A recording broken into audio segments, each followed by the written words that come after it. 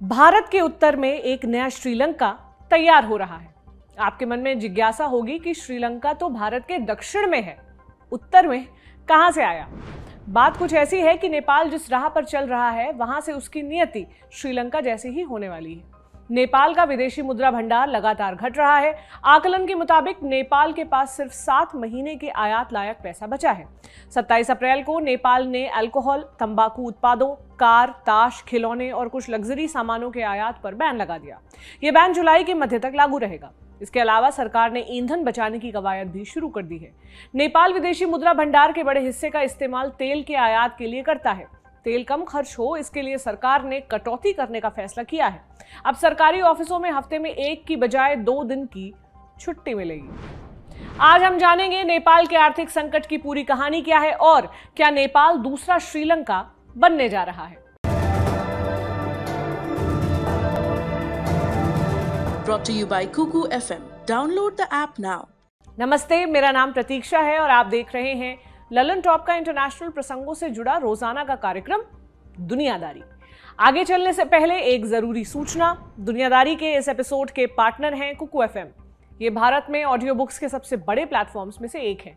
यहाँ पर आपको तमाम विधाओं में बोलने वाली किताबों का भंडार मिलता है, यानी ज्ञान का फुल पैकेज, वो भी एक ही ऐप पर।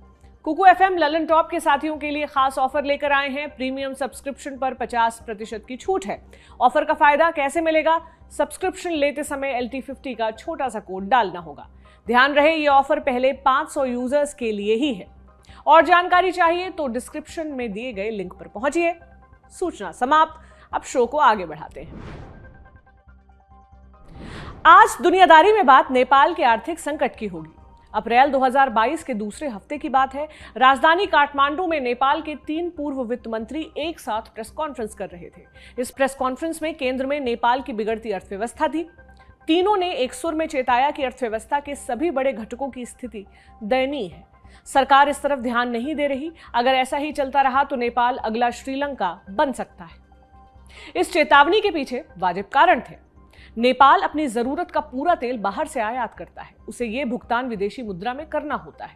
जब से रूस और यूक्रेन का झगड़ा शुरू हुआ है, कच्चे तेल के दामों में तेजी से बढ़ोतरी हुई है। इसलिए उतना ही तेल लेने के लिए नेपाल को अब ज्यादा का भुगतान करना होगा।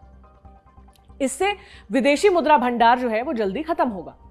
नेपाल में पेट्रोलियम प्रोडक्ट्स के दाम भी बढ़ाने पड़े हैं। खाने पीने के अलावा दूसरी बुनियादी चीजें भी महंगी हुई हैं। 28 अप्रैल से इंडोनेशिया ने पाम ऑयल का निर्यात बंद कर दिया। नेपाल जैसे निम्न आय वाले देशों में पाम ऑयल का खाने की चीजों में काफी इस्तेमाल होता है।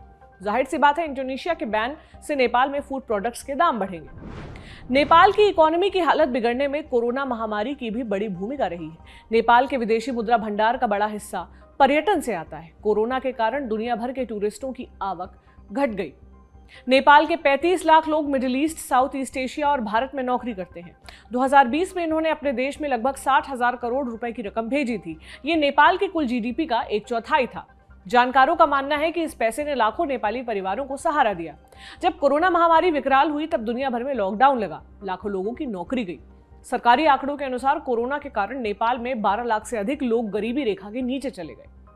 अप्रैल की शुरुआत में सरकार ने नेपाल राष्ट्र बैंक यानी NRB के गवर्नर महाप्रसाद अधिकारी को उनके पद से बर्खास्त कर दिया।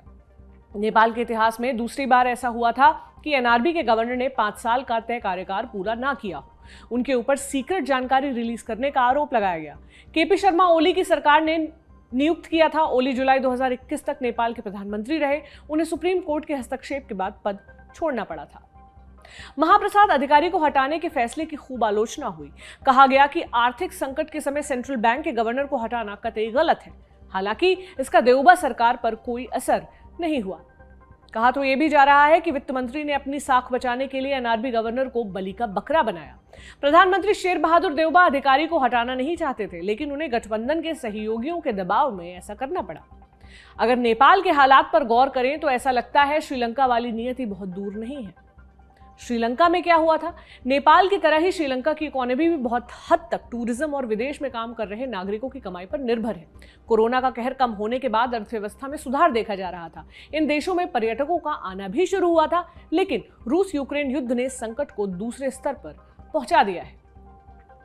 श्रीलंका में राजपक्षे सरकार ने टैक्स में कटौती की। फिर रासायनिक खादों पर बैन लगा दिया। ऐसा उन्होंने ऑर्गेनिक खेती को बढ़ावा देने के लिए किया। श्रीलंका की जनता अचानक हुए इस बदलाव के लिए तैयार नहीं थी, ना ही उनकी उपज के लिए मार्केट उपलब्ध था। इससे खेती चौपट हुई। अंत में इसका भार सरकारी खजाने पर पड़ा। विदेशी मुद्रा भंडार में कमी के कारण श्रीलंका ने पहले लग्जरी आइटम और फिर धीरे धीरे बुनियादी चीजों के आयात पर रोक लगाई। फिर पेट्रोल पंपों पर सेना तैनात करनी पड़ी। अब भी श्रीलंका के हालात संभले नहीं हैं। जनता कई हफ्तों से प्रोटेस्ट कर रही है। सरकार का इस्तीफा मांगा जा रहा है। हालांकि राजपक्षे बंधु कुर्सी छोड़ने के मूड में नहीं दिख रहे हैं। ये तो हुई दोनों देशों में समानता। क्या सच में नेपाल का हाल श्रीलंका की तरह होगा? नेपाल के वित्त मंत्री जनार्दन मिश्रा ने इस आशंका को नकारा है। उन्होंने दावा किया है कि नेपाल की हालत श्रीलंका जैसी नहीं है और दोनों की तुलना करना सही नहीं होगा। उन्होंने ये भी कहा कि देश का foreign exchange reserve petroleum products, गाड़ियों और लग्जरी सामान के आयात की वजह से दबाव में है। अगर इसे नियंत्रित कर लिया गया तो इकोनॉमी को पटरी पर लाया जा सकता है। जानकारों की माने तो नेपाल के पास चीजों को ठीक करने के लिए 6 महीने का समय बचा है। अगर इस अवधि में सरकार ने संकेतों को नहीं पकड़ा तो हम अपने पड़ोस में दूसरा श्रीलंका देख सकते हैं। ये था हमारा बड़ी खबर सेगमेंट। अब सुर्खियों की बारी। पहली सुर्खी रूस यूक्रेन युद्ध से जुड़ी है। आज युद्ध का 64वां दिन है। 27 अप्रैल को रूसी राष्ट्रपति व्लादिमीर पुतिन ने पश्चिमी देशों को चेतावनी दी है। उन्होंने कहा कि यूक्रेन के मामले में टांग अड़ाने वालों को करारा जवाब दिया जाएगा। उनका इशारा यूक्रेन को हथियारों की सप्लाई कर रहे देशों की तरफ जाहिर है था। हाल ही में जर्मनी ने यूक्रेन को एंटी एयरक्राफ्ट टैंक्स देने की बात कही थी।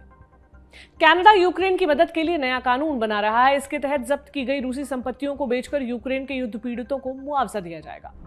यूनाइटेड नेशंस के secretary general Antonio Guterres Ukraine की राजधानी कीव पहुंच गए हैं। वहां वो यूक्रेन के राष्ट्रपति वोलोदिमीर ज़ेलेंस्की से मुलाकात करेंगे। गुतेरेस बूचा का दौरा भी करेंगे। यूक्रेन ने रूस पर बूचा में सिविलियंस के नरसंहार का आरोप लगाया था।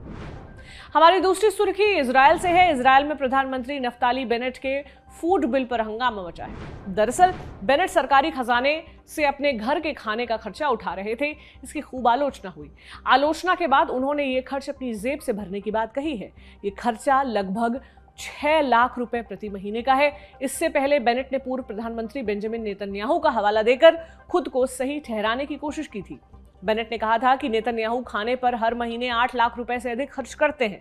उन्होंने ये भी आरोप लगाया कि नेतन्याहू के घर का कुल खर्च उनसे 3 गुना अधिक था। इन सफाइयों के बावजूद उनकी आलोचना में कोई कमी नहीं आई। इसके बाद उन्होंने खाने का खर्च खुद से चुकाने का ऐलान किया। इजरायल में औसत आय 2.5 लाख रुपए प्रति महीने की है, जबकि प्रधानमंत्री को हर महीने वेतन के तौर पर लगभग 12 लाख रुपए मिलते हैं। तीसरी सुर्खी पाकिस्तान से है। प्रधानमंत्री शहबाज शरीफ ने बिलावल भुट्टो जरदारी को पाकिस्तान का नया विदेश मंत्री नियुक्त कर दिया है। 27 अप्रैल को राष्ट्रपति आरिफ अलवी ने बिलावल को शपथ दिलाई। बिलावल पाकिस्तान की पूर्व प्रधानमंत्री बेनजीर भुट्टो और पूर्व राष्ट्रपति आसिफ अली जरदारी के बेटे हैं। उनके नाना जुल्फिकार अली भुट्टो पाकिस्तान के राष्ट्रपति और फिर प्रधानमंत्री रहे। उन्हें जनरल जिया उल हक के सैन्य शासन के दौरान फांसी पर चढ़ा दिया गया था। बेनजीर भुट्टो दिसंबर 2007 में एक बम धमाके का शिकार हुई थी। उसी समय से बिलावल पाकिस्तान पीपल्स पार्टी यानी पीपीपी की कमान संभाल रहे हैं। उनकी पार्टी ने इमरान खान को कुर्सी से उतारने में अहम भूमिका निभाई थी। शहबाज शरीफ की पहली कैबिनेट में बिलावल का नाम नहीं था। आशंका जताई जा रही थी कि गठबंधन में दरार पड़नी शुरू हो चुकी है। बिलावल ने मंत्री पद की शपथ लेकर उन आशंकाओं को कुछ समय के लिए दूर कर दिया है, लेकिन कब तक ये दावे से नहीं कहा जा सकता। हमने दुनियादारी के एक अंक में भुट्टो फैमिली का पूरा इतिहास बताया था। विस्तार से जानने की इच्छा हो तो आप वहां पहुंच सकते हैं। आपको एपिसोड का लिंक डिस्क्रिप्शन में मिल जाएगा। दुनिया की हलचलों पर हमारी नजर इसी तरह बने रहेगी। आप बने रहिए लल्लन टॉप के साथ। आज की दुनियादारी में बस इतना ही। कल आपसे फिर मुलाकात होगी इसी उम्मीद के साथ। विदा लेती हूँ। शुक्रिया। शुभ रात्रि।